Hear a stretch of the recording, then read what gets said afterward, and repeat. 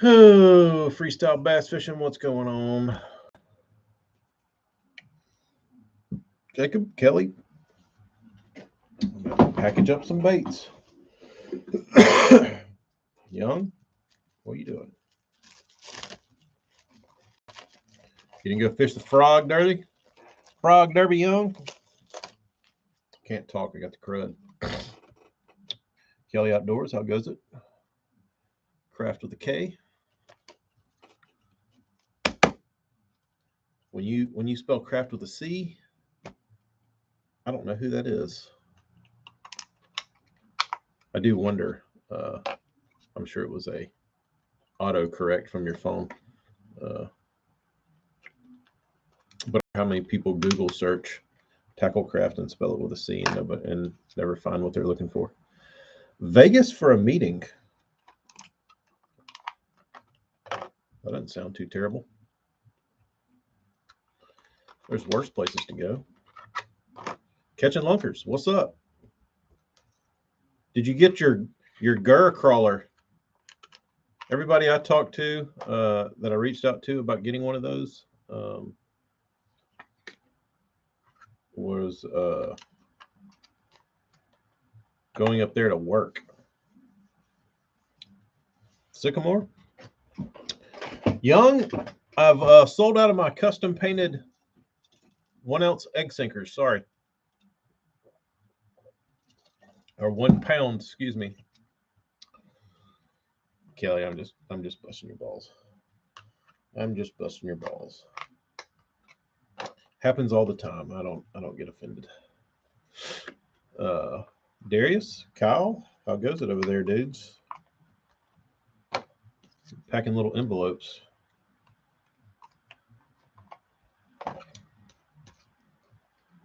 Young, what do you think about the bald guy hitting the damn champ in the head with a RC? If I'd have known he was going to do that, I would have told him to hook Jordan with the bait I painted. That way, when they zoomed in on the bait still in his head, I could have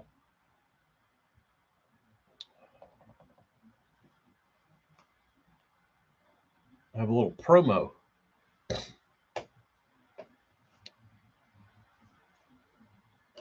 Nah, Young doesn't need weights for tournaments. He catches bags without stuffing his fish.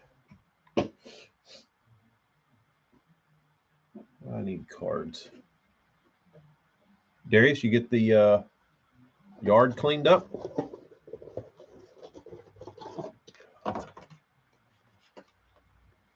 Old Hall. Old Hall.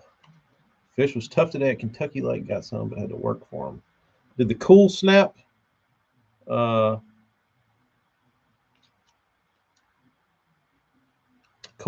mess him up, Darius? Young, all he was promoting was damn Ridgeline with that the damn jacket he was wearing. Everybody else is out there in shorts and no shirt because it's damn hot. Hall's out there wearing his damn Ridgeline jacket. Promoting, baby.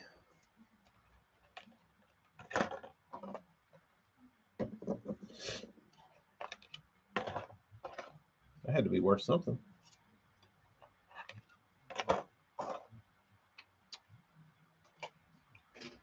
Need 2 pounds of tungsten weights to get away this day. Lead is what gets you busted. That's right. There's a question in the box. I didn't even know that was a thing until recently. I think Kelly Outdoors, I think you were the first person to send a question to the box. What do you think of walleye cheaters? I think they're stupid and should be banned. I think that is exactly what's going to happen to them. I think if they weren't degenerate humans, they would have to pay back their money, but that won't happen. Casey, what's up?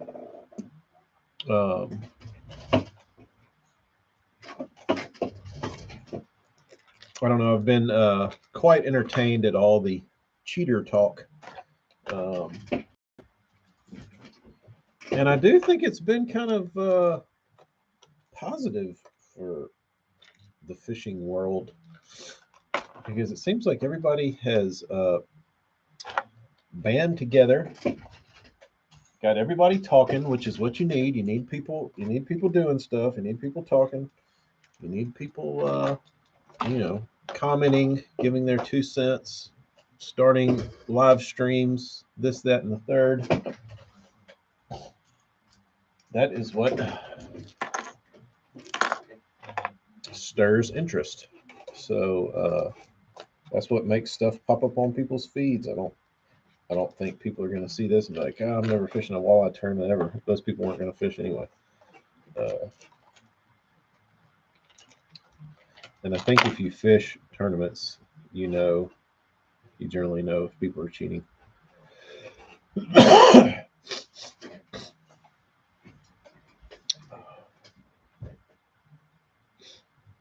bet bass guys are trying to figure out how many weights can a live bass eat. That's really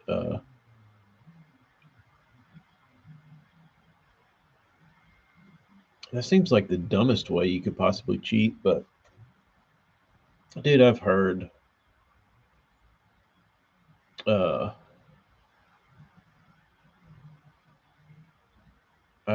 many other. Did y'all see on if you get bored and you want some good reading, get on Blockett's page on Facebook and read down his comments. And if you read down his comments, Charlie Evans gets on there and Bill Taylor gets on there. And Charlie Evans makes a comment about his cheater post because he talks about Tony Christian. And Tony Christian, if you don't know who he is, I'll probably post the link so people can see a cheater live in action. Tony Christian fished the FLW tour and he fished like regional stuff. And he came, the first time I heard of him was when he came to the Mobile Delta for a All-American or something like that. And he came to the Delta and the first day of the tournament at a 6-pounder. There's guys that fish down here their whole lives and don't catch 6-pounders. Like, they're not everywhere. The fish here, like Auburn University will tell you, they're not the same. Like they don't get big. It's hard for them to get big. Like they just die young. It's a hard life. Like the salt stunts them. Like there's a lot going on that like hinders. And they've tried to put like pure Floridas down here, and they don't last. Like they don't survive.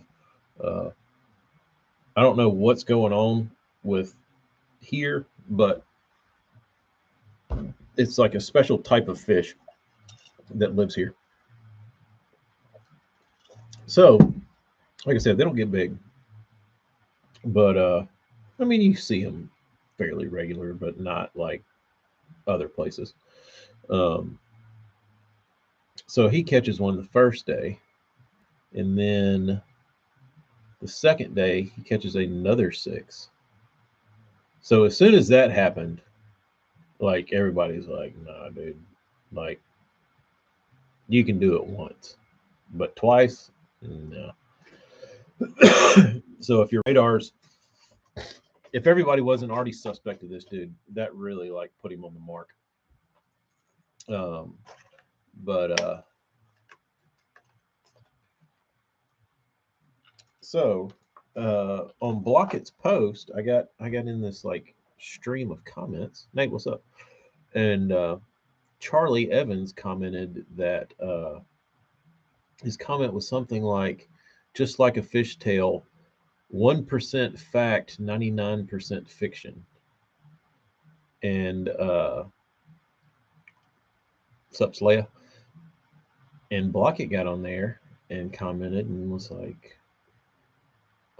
this is how this is what I was told by people that are reputable people that I trust. And if there is another side of the story, you are more than happy. I would be more than happy to give you my platform, and you can tell the other side of the story. And they go back and forth, and he's like, he writes, Charlie writes this long page comment that says nothing, but it all had to do with Irwin Jacobs, and he said that Irwin Jacobs was the one who knew everything about the Tony Christian situation. That he was the only one that knew everything about it, and which I thought was odd. And and then Bill Taylor gets on there and he says that you know it wasn't all what Randy said wasn't factual, and he offered them the platform to like tell what was the real truth, and they kept saying it was like bad for the sport. It's not bad for the sport. Who gives a shit? That was 20 years ago. You know what I mean? Uh, it's actually cool to me, like to hear the truth about what really happened, and that was Blockett's point, was that not telling the truth, having no transparency, is what's bad for the sport. When you have somebody that was a cheater sweeping it under the rug and acting like it didn't happen, that's bad for the sport. Bringing it to light and telling the truth about what was actually going on, that, and no wrong has ever come from like somebody being honest. I mean, you know what I mean, for the most part. So there was guys commenting that they were friends with people that were on the boat, and they were friends with this person at FLW, and that Tony Christian's brother was a master diver, and he would get on this. One of the guys commented on that post was from that had fished. I think he fished in the Delta as his co-angler, and so that guy said that Tony's brother was a master diver, and there was a lady and the diver guy would show up in a bass boat, and the diver guy would get out and get under like a dock or get wherever he was hiding, and Tony would always throw this weird bait so he would know it was his bait, and then the guy would um, put fish on his hook. Uh, when he would pitch his worm in there out of this tub. So, which is interesting to me. I don't know where the bubbles go. You know what I mean? Uh, unless that dude can hold his breath for like 10 minutes. Maybe that's why he would like get out of there real fast so the dude could breathe. I don't know. Maybe this guy was like a freak and he could hold his breath for indefinitely. Um, so then the guy said that was on the back of the boat that he would throw, that he went to this one dock and he pitched up against the dock and caught like that 6-pounder or something on a sherbet colored worm. And he's like, that's a weird colored worm. And that was the like, he threw that colored worm, so the guy apparently knew that was his bait. That was his like, thing. And he said after he like caught a couple fish or whatever, he left. He said, "What do we do now?" And the guy was like, "I'd go throw that damn sherbet worm some more." And he said he was basically clueless the rest of the day. Um, and it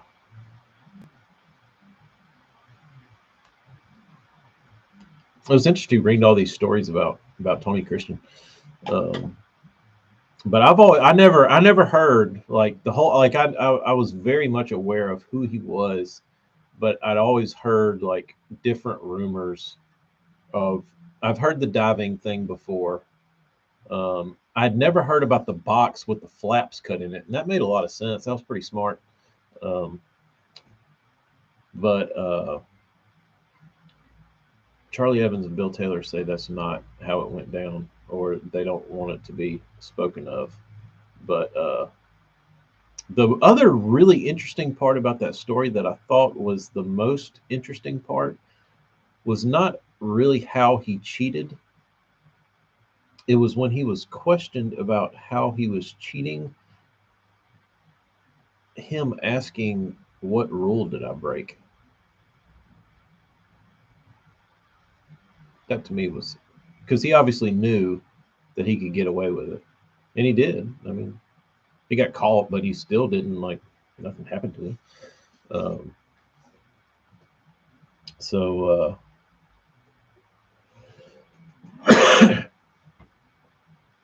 I don't know, South Jersey, if you care to read, there's been lots of studies done on the Mobile Delta bass by Auburn University, and I want to say I read somewhere that the fish down here uh, they found to be a different strain. Um, they live hard and they die young. It's pretty much the moral of the story.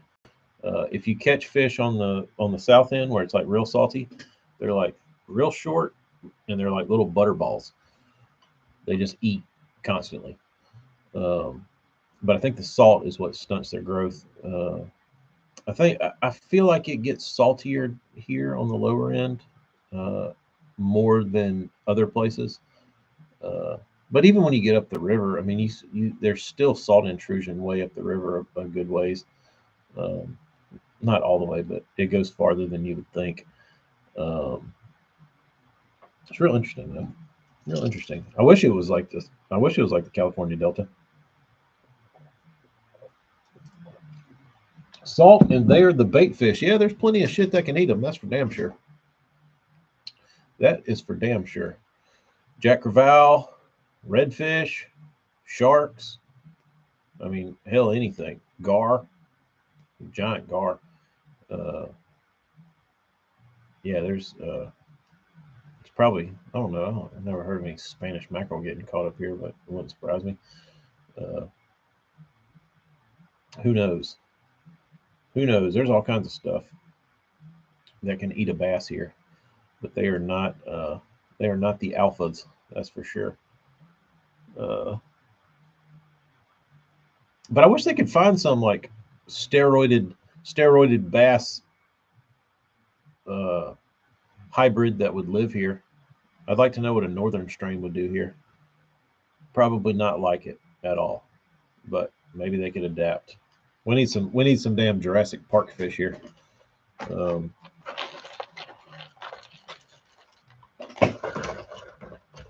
that's what we need. Cole, what's up? Darius, um, I don't specifically target reds because I don't really know how to do that. But I do go to areas and bass fish where I think a redfish would live. So I kind of target them, but I'm really bass fishing. But I'm hoping that I'll catch a redfish because I don't think there's any more fun to be had than catching a redfish on a damn spinnerbait. It's probably the best bite anybody could ever ask for. Uh, it's it's like a split second of feeling like your line's cut, or you get a really hard bump, but you get that like half a second of your line getting cut, and then your rod just goes, and line starts peeling off of it. And that's usually when the hook set occurs. Like you don't feel a bite and go, "Ooh, there's one." Like the fish sets the hook on itself because it just is such a badass. Um,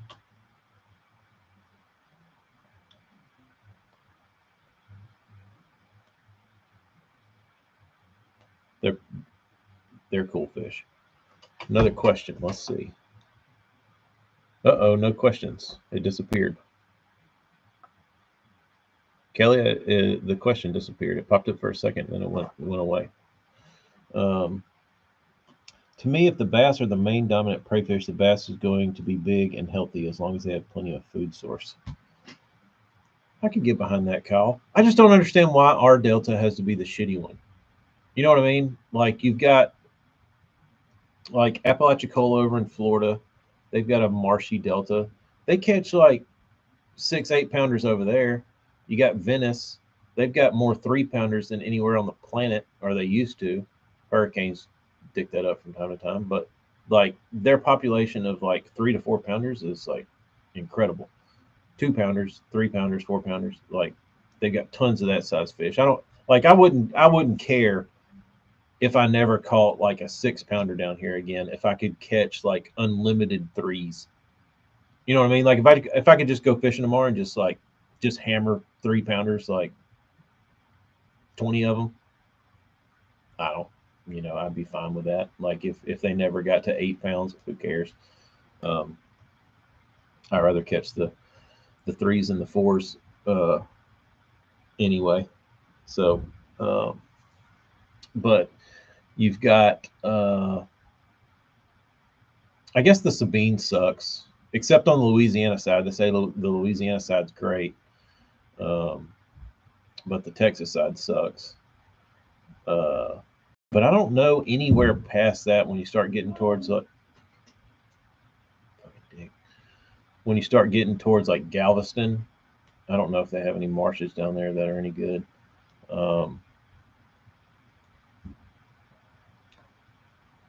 It's Kyle.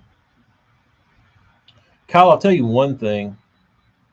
Hella, y'all got that's what looks really fun about where y'all fish. Hella, y'all have a very strong population of that size class of fish, and that would be I would be okay with that. Kyle, the one thing that I think maybe messed us up, and people have been complaining about for years, is that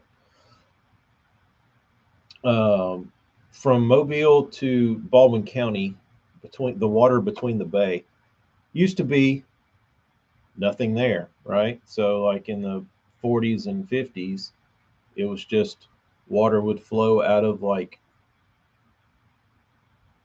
5 rivers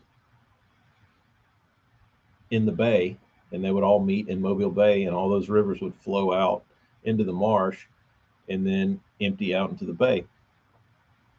Well, they needed a way to get from this side of the bay to this side of the bay, so they built a road called the Causeway, all the way across it, and they had like 2 or 3 little bridges that went over like a couple rivers, and so you took all that water that used to flow through, and you basically dammed it up and put 3 little channels for all that to escape.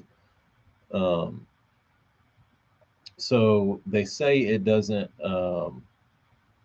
They say it doesn't flush like it did back in the day, like all the bays back in the 50s. They say used to be like really deep and like super clear and had grass all in them, and there was like tarpon swimming around and shit. And like I said, it was like very healthy and thriving, catch big bass and all this kind of shit. And they say when they built the Causeway, it backed up that water and made it like really dirty, and like the tarpon left, and like it just dicked everything up. But I think up the river used to have a bunch of grass, and when they had grass up there, uh, there was some pretty healthy fishing. And the thing about back then is you really didn't know what the potential was of a lot of those lakes that were covered in hydrilla and stuff, because nobody knew how to fish it in like the 80s and the 90s. Guys basically fished down the edge. Guys weren't frogging with braid and like big rods like the tackle wasn't quite up to date. It might have been in other parts of the country, but I don't think people here were like dialed into what to do. So if you could go back in time to like the mid '90s in Mobile and give anglers like a ounce and a quarter tungsten and like a big rod and like 65-pound braid and like a sweet beef, it would probably, you would have probably seen some giant bags, but I don't think people knew really how to do that.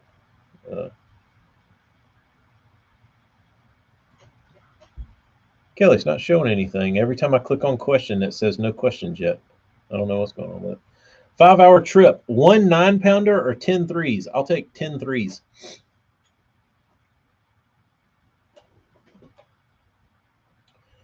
What do the rest of y'all say? Chris says, if you're going on a 5-hour trip, would you rather catch 1 9 or 10 3-pounders? I'll take 10 threes.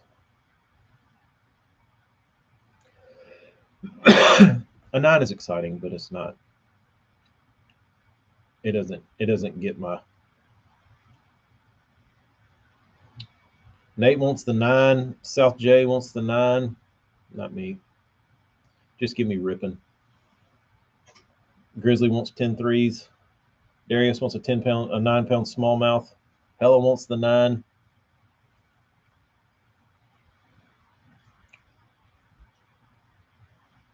Casey wants 10 threes. He's from Texas. He didn't give a shit about a damn 9. Kelly Outdoors, 10 threes. Well, a DD gets a tip.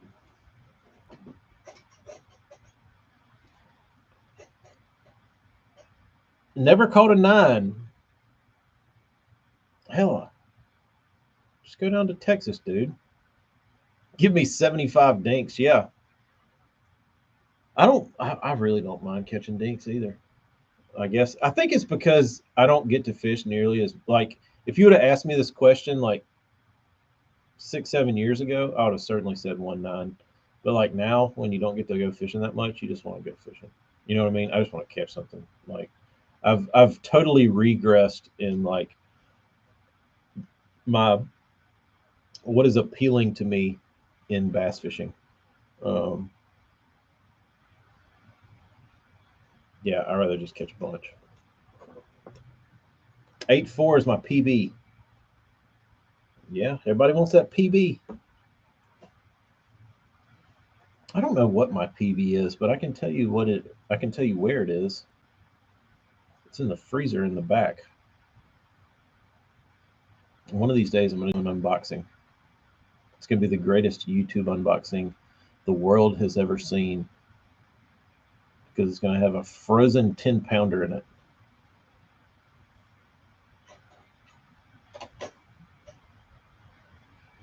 Yeah, if you break 9 pounds in the Northeast, that is a huge accomplishment.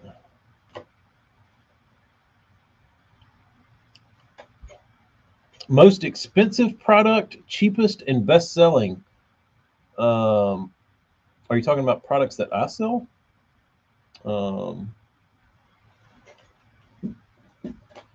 Darius,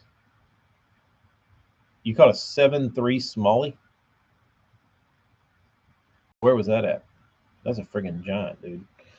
My PB smallie is about 1 3/4 pounds, 2 pounds, from Maine, on a smoked grub and a Zebco 33, drinking claws out of a paddle boat that I had to kick with my feet.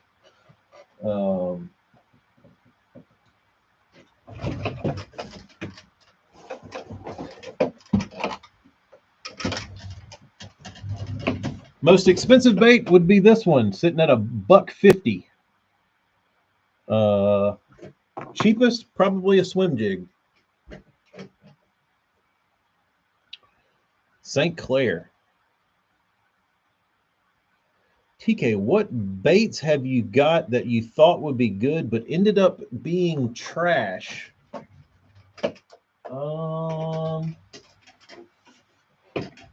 The most disappointing baits.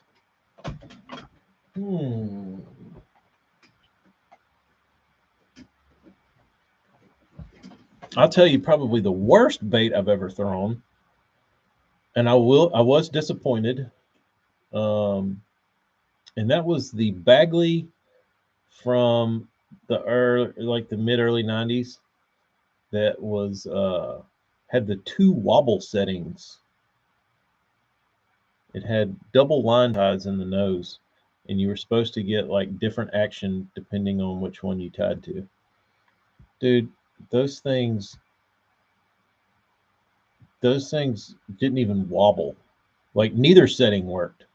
It was the biggest waste of money. And the other thing about it was they had issues at that period of Bagley with their I'm guessing probably uh, they had something going on with their build coats, like within the times that they were dipping them, like something was wrong with their coating system. Because when the bait would hit the water, they would get cracks from the edge of the bill all the way to the back. And it might not happen immediately, but it would happen immediately. And so not only did this piece of shit not run, it broke just from casting it. So that's why the Dominican made purple package Bagleys with the steel caps on the back. That's how you can decipher them. They have a metal cap on the back. Uh, those are probably the worst Bagley that's ever been made. Not probably 100%. Um, uh, but I didn't really think that would be that good. I thought it was more interesting than anything. Um, Baits that I thought would be good. I don't know because I really don't. Like I'm looking around and I'm looking for stuff that's like on the wall that like never made it past the get go. Uh, if I would have been an observer on this stream and like seen the question, I would have had something immediately. Um,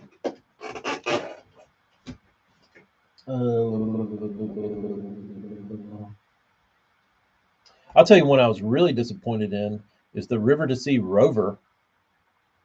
Like I didn't think you could dick up a topwater that bad, but I hated that thing. I think it was a piece of junk. Um, Most disappointed.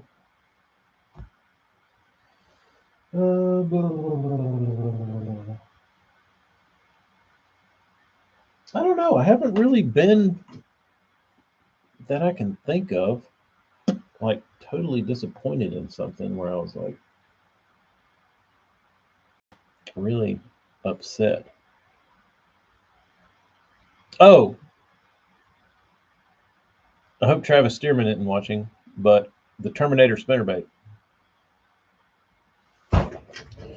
I'm sure y'all have heard this story before, but back when I was a kid in like middle school, I might have been in like 5th grade when the Terminator came out. So that would have been in like 96, maybe. Sounds about right. So Terminator comes out, and I'm watching all these TV shows on TNN. You know, Jimmy Houston snatch fish on the Terminator, and I tell my mom and dad, I was like, listen, Christmas is coming up. I gotta have a Terminator. And they're like, what's that? I was like, it's a spinnerbait, and it's $10. Like, whoa, what? I'm like, yeah, I know it's a lot, but it's indestructible. And they're like, what? I'm like, yeah. So the frame is made out of titanium, and it like bends and it doesn't break. So yeah, it's like you're getting your money's worth out of this thing. I need it. So yeah, Travis, I'm slamming them. So I got wake up on Christmas morning, go through all my gifts, get like a damn go-kart, and I'm like, fuck this go-kart. Where's my damn Terminators? You know, you get like $1,000 cash, and you're like, where's the damn Terminators? I'm just kidding. I didn't get any of that. But so I walk over to my stocking, peep over in it. There's 2 Terminators in there. I was like, oh shit, I gotta go. So I tell my dad, I was like, let's go. Like, let's hook the boat up right now. He's like, oh, it's Christmas. We can't go. I'm like, let's go, dude. So, like, I think it was like a couple days later we went, and it was a mild winter, and hadn't got super cold yet. But we went out there, and I remember the wind was blowing from the northwest, and we were drifting across Delvan Bay, and there was eelgrass everywhere out there. And I was throwing with a pistol grip, red Ambassador 5000, about a 5.5 foot Fenwick heavy action pistol grip rod. And I'm sure some clear blue fluorescent Stren. This is before I got on the big game kick. Whizzed my Terminator out there. Was bringing it over the eelgrass. Get thumped, reel into the fish. It comes at me, so I can't really feel it. I'm reeling. Fish goes across the trolling motor. I start stripping drag. And then my heart sinks into my butthole, because all there is a tag end of line flopping in this crisp northwest breeze. And I reel it in, and guess what awaits me? Half of a Terminator spinnerbait titanium frame, and all it was left was a piece of the R-bend, and the blades were spinning in the wind. I said, fuck Terminator. So, anyway, I have to go pick up the beam, but that is my Terminator story. First fish I ever caught on it, broke it in half, and I'm pretty sure it was a redfish, so suck it, Terminator. Anyway, all right, I'll be back. I have to go pick the bean up, and I'm going to be late at this point. See y'all. End.